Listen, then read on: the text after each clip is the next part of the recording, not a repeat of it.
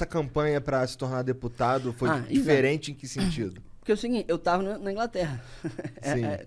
Que Essa é a diferença. Normalmente as pessoas decidem tipo um ano antes e começam a trabalhar, articular com apoiadores, um ano antes já. Então tu tá falando que 17 tu tava na Inglaterra. Eu fui pra lá em setembro de 2017. E eu tinha acabado de entrar no Acredito e tinha acabado de ir para a Inglaterra. Entendi. Aí, como é que eu vou fazer uma campanha? E aí, o que aconteceu, assim? Eu fui selecionado também para a primeira turma do Renova BR, né, que é uma instituição, uma escola de política idealizada pelo Edu Mufarrege, que inclusive me ensinou demais o Renova. Eu fui selecionado e falei assim, pô, então agora nós vamos mesmo, que eu já estou no Acredito. Fui selecionado pelo Renova, agora vamos fazer essa campanha acontecer. Só que eu estava da Inglaterra, né? Então não tinha como eu andar na rua, conversar com as pessoas, etc. Eu comecei a fazer alguns vídeos no meu Facebook, Instagram, etc. Mas nada que deu muito certo. E logo quando eu voltei era dia 25 de junho de 2018. Isso 3 meses antes do dia das eleições. Aí eu chamei a Ingrid, que inclusive está aqui, que é minha chefe de gabinete, e ela que tocou a campanha, a gente montou do zero desde o dia 25 de junho toda a campanha. Assim, foi uma loucura. Eu fui para o hospital 3 vezes de cansaço durante a campanha. Caralho! 3 vezes. Para tomar soro, porque eu estava estafado, eu desmaiava e tal. Então, assim, porque de fato campanha não é um negócio simples não de fazer. Ainda mais do jeito que a gente queria fazer, que era um jeito que a gente acha mais correto. Né? Que foi como? Primeiro que a gente não comprava voto, tem muita gente que compra voto ainda.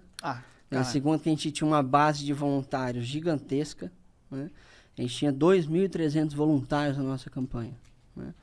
E muita coisa em rede social. Então eu viajei demais, andei demais e foi super difícil, mas valeu super a pena. Fui o segundo mais votado do estado. Né? Uma das grandes surpresas ali do Espírito Santo. E o que esses colaboradores ficavam fazendo? Eles iam nas casas das pessoas e... O que a gente fazia, assim? Eu, obviamente, tive uma sessão com eles, né? De eu me explicar quem eu sou, o que eu defendia. A gente separou toda a nossa narrativa. Né? E os voluntários, de fato, eles tinham a função de conquistar mais gente. Era uma espécie de vendedores, assim. Né? Pode crer. Então, só que tem uma diferença. Assim, normalmente, nas campanhas, os políticos eles pagam um monte de gente para ser panfleteiro, né? E entregar aquele monte de santinho. Primeiro que eu não tinha santinho. Eu não gosto de santinho. Eu acho que só suja a cidade e não resolve nada para ninguém. A gente tinha uns caderninhos assim com todas as propostas, a minha história, etc. E a diferença é que é o seguinte, os panfleteiros normalmente eles nem sabem quem que é o cara. Eu conheci todas as pessoas que estavam trabalhando com a gente.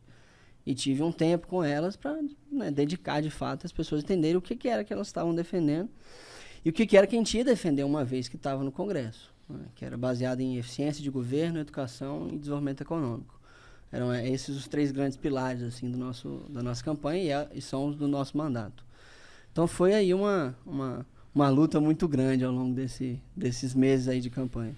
Desculpa, você falou educação, desenvolvimento econômico e eficiência de governo. Eficiência de governo. Tá. Eu gosto, na verdade, faz sentido, né? Porque assim, o que eu acho, no fim das contas? O governo ele tem que ser eficiente. Ele tem que ser, inclusive, a instituição mais eficiente da sociedade. Mas ele meio que nunca vai ser, né? Exatamente. Essa é a grande dificuldade, assim, o grande dilema que a gente vive. Mas ele precisa ser mais e cada vez mais eficiente. Ele precisa entregar a política pública, pô. A gente cobra imposto pra caramba, 34% de toda a riqueza do Brasil vira imposto, né? E entrega muito menos do que deveria entregar. Pra vocês terem uma ideia, por exemplo, a Inglaterra também cobra 34% do PIB, né, de toda a riqueza que é produzida no país, de imposto. Só que lá, depois de cobrar os impostos e fazer o gasto público, eles conseguem corrigir a desigualdade de renda em 35%. O Brasil consegue corrigir em 15%, com os mesmos 34% cobrados, né?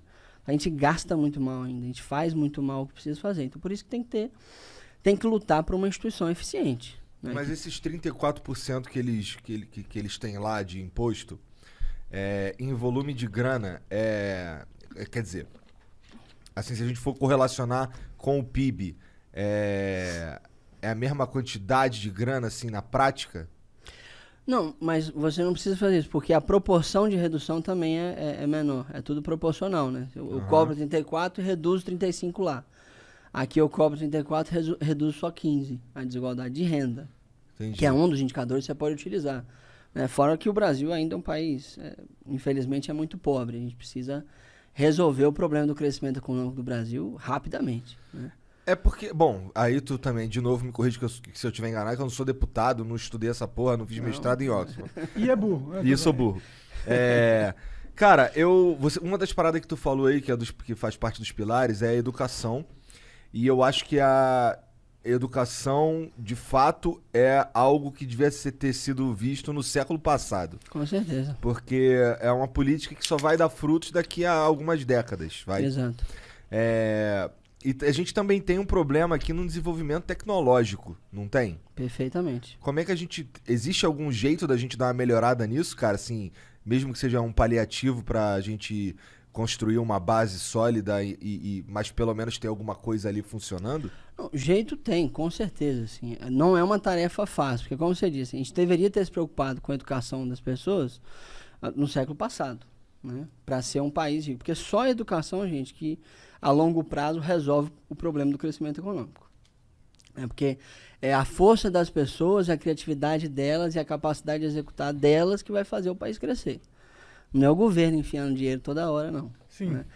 São as pessoas que fazem, né? O setor privado, as pessoas, os empreendedores que fazem isso acontecer. Só que você precisa de educação. Né? E, inclusive, na questão tecnológica, você precisa de educação para fazer isso acontecer também. Né?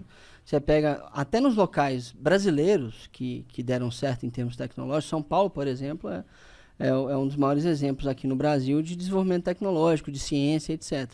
Mas preparou a gente. Né? Fez a preparação de pessoal muito grande, resolveu o problema do financiamento da ciência e conseguiu criar um ecossistema adequado. Né? Então, assim, não é uma tarefa simples não, mas dá para fazer.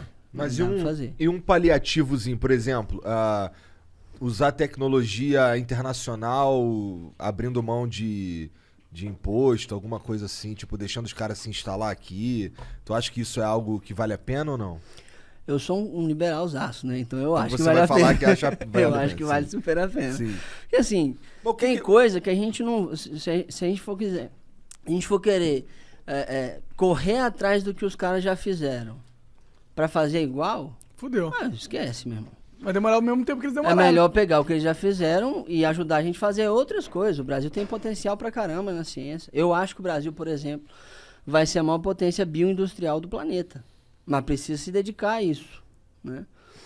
E bioindustrial. Caralho. O que significa isso? É você pegar a Amazônia, por exemplo, e dedicar à ciência e criar novos produtos, tecnologia e etc. através, né, da biodiversidade. Entendeu? Com certeza eu acho que o Brasil vai ser a maior potência bioindustrial do mundo.